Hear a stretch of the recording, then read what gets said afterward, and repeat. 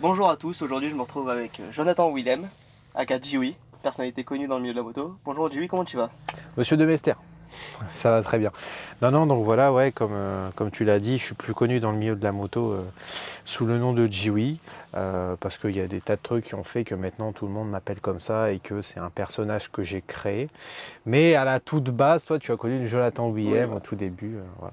Donc, Ben justement, on va commencer par ça. Est-ce que tu peux un peu nous expliquer tout ce qui t'a amené dans le monde de la moto, ta découverte, et puis ensuite ton rôle par exemple chez Moto Verte? ok. Bah alors c'est simple. Moi, j'étais un passionné. Alors, je viens pas d'une famille de crossman ni d'une famille motarde. Je viens d'une famille lambda. J'ai une histoire un peu spéciale où physiquement j'étais à un autre état physique, c'est-à-dire qu'au plus lourd de ma vie j'ai pesé 169 kilos. Donc forcément sur des tas de sports ça m'a limité. Et il y a un jour où je suis venu au même endroit que là où on est ici, au Beach Cross de Berck, et j'ai vu un mano à mano entre un petit gars et un grand fin, et le petit gars c'était ton père, Arnaud de Mester, voilà. Donc j'ai vu un superbe mano à mano, ça devait être en 2005 ou 2006 si je dis pas de bêtises. Et c'est à ce moment-là où je me suis dit, c'est ça que je veux faire. Voilà, je veux faire du motocross. Et puis il y a plein de choses après qui se sont mis en route en fonction de ça. Et j'ai rencontré des tas de gens. Si tu veux, je peux t'expliquer un peu Oui, grosso bien modo sûr, ce n'hésite que. pas à expliquer pour ceux qui ne te connaîtraient pas, qu'est-ce qui t'est arrivé forcément, puisque tu nous as expliqué que tu pesais 169 kilos, qu'on voit qu'actuellement ça va mieux, on va pas se mentir, et Ça a été un long que ça chemin, a ouais. été un long chemin, voilà, exactement. Bah écoute, si tu veux, voilà, dans les grandes lignes, comme je t'ai dit, j'ai découvert que je voulais faire de la moto. Physiquement, c'était pas possible.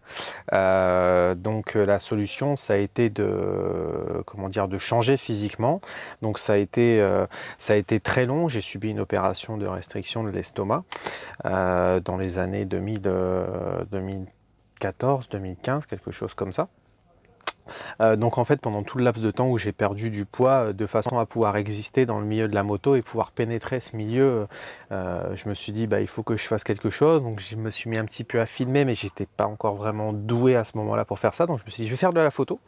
J'ai commencé à faire de la photo, et puis mes photos ont plu à certaines personnes, etc. Et puis de fil en aiguille, j'ai rencontré Jordan Labbé. Qui est haut placé chez Moto Verte, puisqu'il est rédacteur en chef adjoint du magazine Moto Verte. Et puis j'ai commencé à piger comme ça pour eux. J'ai fait des photos, puis après j'ai fait des interviews, un petit peu, podcast, etc. Et j'ai pénétré le milieu comme ça, tout en faisant à côté du physique pour perdre du poids, pour un jour, je l'espérais, rouler à l'enduro du Touquet. Puisque Exactement. là, on est sur, comment dire, on est sur le début du championnat de France des sables, mais la finalité, C'est le enfin, Touquet, c'est c'est l'épreuve voilà, reine diffusée sur les médias, voilà, comparée un peu ici, même si voilà, Berck passe sur Équipe 21. voilà.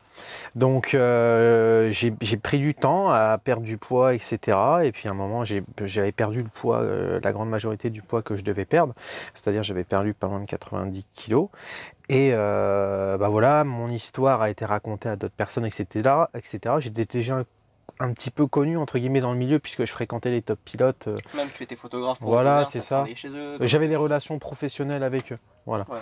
Et puis voilà, cette histoire est venue aux oreilles de différentes personnes, dont ton père.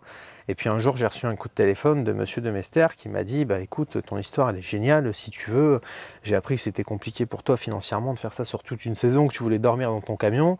On va se débrouiller, viens à la maison. Il y a Jonathan Vergneuve, son mécano, que j'oublierai jamais, qui m'a prêté une caravane. Et puis ton père, il m'a logé chez toi pendant 6 mois.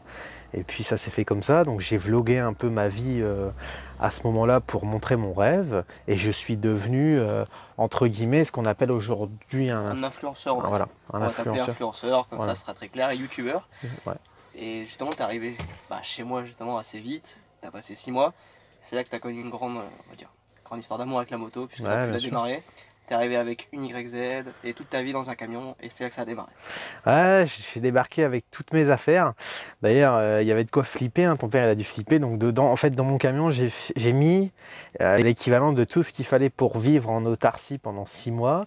Donc, c'est-à-dire, allez, si on liste tout comme ça en objet un peu insolite, il y avait un pot de chambre au cas où, parce que je savais pas si j'allais avoir des toilettes. J'avais une moto, j'avais un vélo, des rouleaux, j'avais mes casseroles, j'avais de quoi me laver, etc. etc. Enfin voilà, c'était un peu le camping à l'état sauvage. Et non, c'est une expérience de vie exceptionnelle que j'oublierai jamais, puisque ce que j'ai vécu avec ton père, il y a des tas de gens qui se seraient coupé une jambe pour le vivre. Donc non, je regrette pas. Bah justement, à ce moment-là, tu as commencé vraiment la moto, on va dire, tu t'es entraîné 7 jours sur 7, tu as Mm. fait du vélo. Maintenant, tu as un peu plus d'expérience. Comment est-ce que tu peux revenir sur ces débuts, on va dire, difficiles, puisque c'était totalement début? Bah alors en fait, il faut savoir que nous, on est dans un milieu où généralement ceux qui roulent à haut niveau roulent depuis très jeune. C'est des gamins qui roulent depuis qu'ils ont l'âge de 5 ans pour la majorité. Donc forcément, moi, j'ai débarqué là-dedans, j'avais 25 ans. J'avais aucune base technique. J'avais beau être ultra... Alors ma chance, c'était que j'étais ultra passionné. Et si je peux donner aujourd'hui un conseil aux gens qui débutent, etc., c'est de le faire. Si vous avez la passion, comme moi je l'ai eu, vous pourrez soulever des montagnes. Parce que ouais, j'ai passé des... Et encore aujourd'hui, hein, je tombe d'ailleurs, comme vous le voyez, là je suis en béquille, je m'en suis mis une bonne et je me suis cassé le tibia. Mais je tombais énormément, bien plus qu'aujourd'hui. Et ouais, non, c'est... Il faut la passion, il faut rencontrer des gens exceptionnels euh, tout au long de vos journées, etc. Et c'est ces rencontres qui vont en amener d'autres, et puis c'est ça qui fera progresser. Au final, ce qu'il faut, c'est partager sa passion. Et ton père, tu vois, c'est quelqu'un d'exceptionnel là-dessus qui a voulu partager sa passion et c'est ça qui a fait que moi j'ai voulu démarrer. C'est parce que j'ai vu ton père se battre comme un lion avec Timothée à Berck il y a quelques années, quoi. Bah maintenant, on va parler un peu avant que ça arrive, ton moment, on va dire, ton rêve, tout qui arrive. C'est les difficultés financières d'un pilote. Comment est-ce que Ouais, toi, tu as géré ce fait d'être... Parce que actuellement, tu es dans un team maintenant. ouais, Tu ne peux pas rouler avec ce team, mais tu es dedans. Et à l'époque, je me rappelle que c'était vraiment la galère pour aller. T'avais ouais, pas fait les courses du Sud, t'avais dû changer de ouais. moto. Parce qu'en fait, ce qui se passe, c'est que bon, c'est un milieu, c'est un sport mécanique. Alors c'est pratiqué, c'est pour moi c'est un sport, on le dit, hein, de toute façon le Oui, milieu c'est un sport de riches pratiqué par les pauvres. c'est la phrase qui revient tout le temps pour tout le Voilà. monde. Donc c'est extrêmement compliqué parce que comme c'est un sport mécanique, il y a forcément des casses. Les casses, c'est en milliers d'euros. Comme je l'avais dit, moi, voilà, je sortais de l'école à ce moment-là, j'avais un peu d'argent de côté, vu que j'avais pas mal travaillé pendant mes vacances, etc. Enfin voilà, j'avais prévu la chose, mais voilà, une saison, c'est plusieurs dizaines de milliers d'euros, donc ça a été extrêmement compliqué, notamment quand j'ai fait face aux casses en étant sur une certaine marque. Et puis après, bah, je me suis dit, il faut que je trouve une solution pour tout ça, donc je me suis mis à faire ce qu'on appelle du vlogging, où j'ai diffusé mes vidéos sur Internet, alors pas forcément pour avoir du revenu via une certaine plateforme de diffusion, mais plus de façon à pouvoir avoir un certain nombre de vues et à aller voir certaines marques et leur dire, voilà, je fais tant de vues, est-ce que ça vous intéresse de placer des produits? Et donc du coup, moi, c'était du matériel que j'avais pas acheté. Donc ouais, c'est la galère. Et de toute façon, c'est la galère que ça soit pour Du premier l'amateur. au dernier. Ouais, l'amateur comme le top pilote. Alors bien sûr, les budgets n'ont rien à voir. Un top pilote, ça peut des fois avoisiner un budget à 6 chiffres pour certains. Et pour un amateur, ça peut être beaucoup moins. Mais quoi qu'il en soit, de toute façon, je pense que ça soit en bas du classement ou en haut, les mecs se saignent. Les mecs se saignent parce que même si en bas les mecs se saignent pour juste s'engager sur les courses, en haut les mecs se saignent pour avoir les moteurs les plus puissants, les fourches et les amortisseurs les plus, comment dire, avec le plus de technologie possible, donc forcément des technologies qui coûtent cher. Donc pour moi, pour ma part, j'ai mis en place des choses qui venaient d'autres milieux, hein, ce qu'il y avait sur certaines plateformes de réseaux de diffusion, notamment je pense dans le milieu du make-up, etc., où on montrait les produits, bah, moi je l'ai fait Oui, pour la moto. donc oui. Alors maintenant, on va revenir sur ce que tu appelais ton rêve, puisque maintenant tu as un peu d'expérience dessus. C'est Mm. ton premier Touquet. Ouais. Comment s'est passé ton premier Touquet? Comment tu l'as vécu? Et Alors, après, on va parler forcément de ce que ça a amené. le premier Touquet, bon bah alors le Touquet, pour ceux qui ne savent pas ce que c'est 1200 pilotes alignés sur une plage qui sont partis pour 3 heures. Donc c'est 6 mois de préparation, allez un peu moins, 5 mois de préparation pour 3 heures. Donc forcément quand on y est avant que la grille, puisque bon c'est pas une grille mais maintenant c'est plus un départ élastique, que l'élastique soit lâché, la pression est à son comble et puis dès qu'on part, hop, on se relance, puisqu'on est lancé quand même sur la plage avec beaucoup de monde autour, donc on essaye de rester lucide puisqu'il s'agit de ne pas tomber et qu'il n'y ait pas d'accident. Donc qu'est-ce que je pourrais en dire aujourd'hui? Bah, c'est génial, l'enduro du Touquet, c'était mon rêve. De toute façon, moi quand j'ai passé la ligne d'arrivée, j'ai pleuré, hein, j'ai pas honte de le dire, j'ai lâché des larmes comme un gros bébé. Voilà, même mon entourage, je les ai rejoints par la suite, mais au moment où j'ai passé la ligne d'arrivée, je me suis arrêté 2 mètres après, j'ai pleuré. même si je ne l'ai jamais dit, puisque ça a été un relâchement total. C'était mon rêve, voilà, depuis des années. J'avais pu enfin le faire grâce à ton père, etc. Donc là-dessus, ça a été exceptionnel humainement pour moi. Mais surtout, c'est des challenges. C'est des challenges. Pour moi, il faut avancer au challenge dans la vie. Tu vois, que ça soit dans le milieu sportif, dans le milieu du travail, etc. C'est ça qui fait avancer. Je vois notamment, il y a beaucoup de pilotes, ils se fixent le challenge du Touquet et c'est un point de repère dans leur année. Ils savent que à tel moment, il y a le Touquet, donc il faut se préparer en fonction de ça. Et ça amène une motivation et ça amène à toujours pousser. Donc ouais, c'était exceptionnel. Et il y a énormément de gens qui sont venus me voir après et qui m'ont dit, mais Jiwi, ce que tu as fait, tu l'as montré, c'est super, ça m'a donné envie de rouler. Et c'était surtout ça en fait le but aussi de ma démarche, c'est que moi quand j'ai dû perdre du poids, j'ai dû énormément trouver de la motivation à droite à gauche parce que je faisais des séances de sèche où mon corps il fallait vraiment que je le violente pour perdre, parce que quand on a perdu 50 kilos c'est bien, mais quand il faut perdre les 30-40 restants, le corps s'habitue. Donc c'est extrêmement compliqué. Et j'avais trouvé de la motivation dans des vidéos de différents sports, de gens qui avaient surmonté certaines choses. Et moi, c'était juste ce que je voulais montrer, quoi. C'est que même si physiquement vous n'êtes pas en état, etc., levez-vous le matin 1 heure plus tôt, allez courir un peu. Et puis, si le Touquet c'est votre rêve, alignez-vous au Touquet, quoi. On va venir à l'après-Touquet, puisque juste après ta performance au Touquet, tu ne participes pas au championnat de terre. Non. Mais pour revenir au championnat de France des sables, là tu as fait une annonce. C'est que tu es maintenant avec Honda Wonderbike et Steve Coquet. Ouais. C'est une rencontre qui a dû changer beaucoup de choses. Ouais, énormément. En fait, j'ai suivi le schéma entre guillemets classique de tout pilote. À la base, j'étais vraiment, et je suis toujours amateur, mais je veux dire sur le schéma amateur, c'est-à-dire je mettais ma moto dans le camion, je me débrouillais, et puis les rencontres en ont fait d'autres, et au final, comme la rencontre avec ton père, j'ai rencontré Steve Coquet chez Wonderbike dans sa concession qui m'a dit écoute, viens, on verra ce qu'on peut faire. Et puis il a commencé à me faire rouler comme ça, il m'a prêté une moto, on allait sur les courses ensemble, il m'a ravitaillé. On a encore monté d'un cran au niveau des vues, on a fait aux alentours de 400 000 vues sur la saison, ce qui est pas énorme en soi sur une plateforme de diffusion parce qu'il y a des vidéos qui font des millions de vues, mais il ne faut pas oublier qu'on touche un public de niche. Puis surtout la moto, comme tu le dis, c'est des gens qui sont très passionnés. Ouais, c'est passionné, si tu peux spécialiste. Faire découvrir une personne par une personne, Voilà. parce que j'essaie aussi de faire par ces vidéos, ça va parce que, comme on l'a dit, c'est un sport de riche, pratiqué par des pauvres. Ouais. C'est compliqué de s'investir dedans. Combien de personnes disent qu'ils n'ont pas les moyens alors qu'ils voudraient le faire. Bien sûr. Et alors là, toi, tu as cette chance actuelle. Et ouais, donc du coup, avec Steve, comme je te disais, on a fait une première saison, ça s'est super bien passé. Et puis, on a rencontré d'autres gens qui nous ont dit, mais les gars, il faut créer un team. Donc, on a décidé de créer le team DAFI Michelin Wonderbike, voilà, où on fait rouler dedans Alexis Collignon et Gabin Deck. Et on a décidé d'allier nos forces concrètement, puisque Alexis Collignon a eu 4 victoires de Touquet. On s'est dit, allez, on va aligner un mec qui aura le résultat sportif pur avec un type qui a entre guillemets le résultat de la communication et du marketing, moi-même, et puis Gabin qui était là pour s'allier à Alexis Collignon et puis pour aller rouler devant. Donc merci à ces sponsors-là. Ça a été long parce que ça a été énormément de mails, de rencontres, etc. Il a fallu débloquer des budgets, mettre en place un script pour les vidéos qu'on va sortir cette saison. Donc on a une chaîne YouTube, c'est Mister-Jiwi, J2EW2E.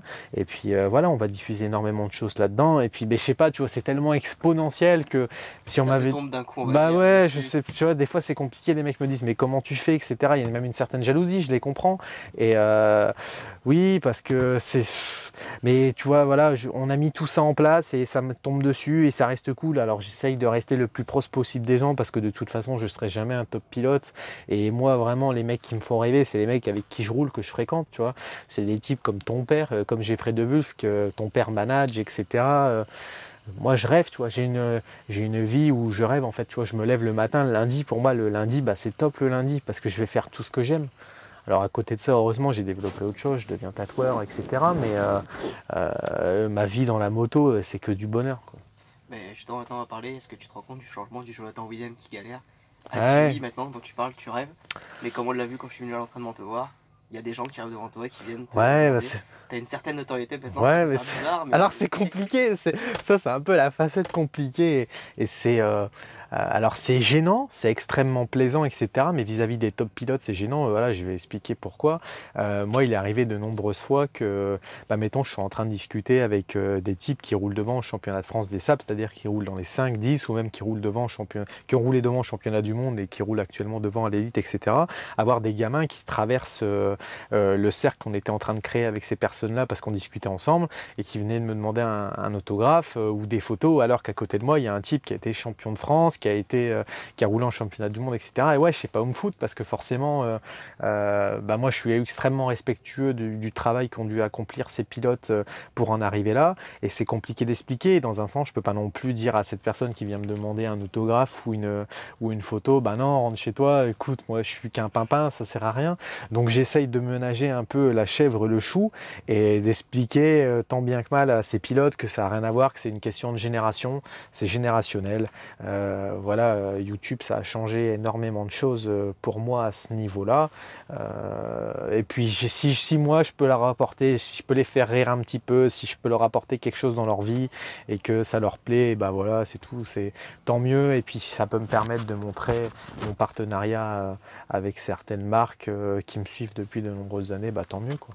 Et maintenant qu'on est, on va dire, lancé dans ta saison, c'est quoi tes prochains objectifs puisque YouTube... Le championnat du monde, mesdames et messieurs. Non, mais... Non. Oui, on l'a vu sur le sable, peut-être là-dedans, on ne sait pas, mais surtout qu'est-ce qu'on va devoir continuer bientôt, le championnat de France des sables. Ouais, je pense que je veux... Là, actuellement, on a une chaîne qui est vraiment typée sable sur YouTube où j'essaye de montrer les différents acteurs du sable. Je pense notamment, mettons, à Doma qui est dans le Nord, je suis allé filmer chez eux. On est supporté par First, etc. Et je devrais aller filmer chez eux, ou même Boss encore dernièrement. Là, ça va monter avec Boss et MotoGP. Avec les suspensions, etc. Donc je pense que je vais ouvrir la chaîne YouTube à des tas de choses, notamment la moto de route, etc. Mais normalement, ça, je devrais pas le dire, mais bon. Donc voilà, peut-être que donc ça va s'ouvrir de façon à toucher un public un peu plus large. Non, moi concrètement, le but c'est de me faire plaisir dans la moto, de progresser et de prendre du plaisir. Si après, bien sûr, on peut monter une équipe toujours plus grosse avec Daffy, etc. et avoir plus de budget pour amener des pilotes sur d'autres championnats, on le fera. En moi-même, je garde cette lignée et mon objectif, moi, ça a été de m'aligner au Touquet, de me faire plaisir. J'y suis arrivé, c'est très bien. Aujourd'hui, je monte un salon privé de tatouage. Je ne serai jamais top pilote. Si par contre, je peux emmener un pilote en haut et lui donner un coup de pouce grâce, entre guillemets, à ma notoriété, je le ferai. Et puis, sinon, on continuera comme on est là, à jouer entre passionnés dans le sable tous les week-ends, quoi. Et bien, si maintenant je te dis qu'on a peut-être, on ne sait jamais, un futur Jonathan Williams qui nous regarde, une personne comme ça, qu'est-ce que tu aurais à lui dire? Comme tu l'as dit, les challenges, les rêves, qu'est-ce que tu aurais à dire à quelqu'un qui veut se lancer dans n'importe quel projet de la moto ou autre? Parce qu'il y en a beaucoup qui t'ont pris pour exemple toi maintenant, ça se voit. Qu'est-ce que tu aurais à leur dire? Lâche-toi. Bon, tu lâches cette plaquette de chocolat tout de suite, hein, comme moi je le faisais à l'époque. Crois en tes rêves. Crois en tes rêves. Moi, mon rêve, c'était le Touquet et ça a été compliqué parce que j'ai ma famille qui s'est retournée contre moi vis-à-vis de ça parce qu'il m'a fallu énormément de temps et puis c'était pas une famille de motards, donc d'ailleurs, je pense qu'ils ont toujours pas compris tout ce que j'ai fait, etc. et pourquoi je l'ai fait. Mais si toi, t'y crois, tu trouveras forcément des gens sur ton chemin qui y croiront. Il faut te battre. Si ton rêve c'est de faire de la trottinette, de devenir champion de trottinette, il faut que tu le fasses. Si c'est de devenir champion d'échecs, va bouffer des parties d'échecs. Crois en ton truc. De toute façon, ça ne se réalisera pas si tu n'essayes pas. Donc même si tu dois échouer 10 fois, tu réussiras peut-être la 11e fois. Voilà. Moi je te remercie Joey. Donc pour le suivre, Jonathan, c'est sur YouTube, notamment Mister Joey. Ouais, on vous mettra un lien, on sait pas où, mais... On des liens peut-être là, en hyperlike. Voilà. On sait pas, mais pour le suivre, toi t'as été connu par rapport au J-Break. Maintenant t'es sur YouTube, d'évolution d'ici le temps. Et puis il y aura d'autres trucs à faire. Il y aura d'autres trucs à faire maintenant. Donc suivez mes vidéos. N'hésitez pas à le suivre, c'est une belle histoire. Maintenant, et puis on va essayer de dire mot pilotage. Peut-être pas cette saison. Bon, pas cette saison, mais bon. C'est comme ça. En tout cas, je te remercie Jonathan de m'avoir accordé. Mais c'est moi qui te remercie. Super, merci. Bonne journée. Plus.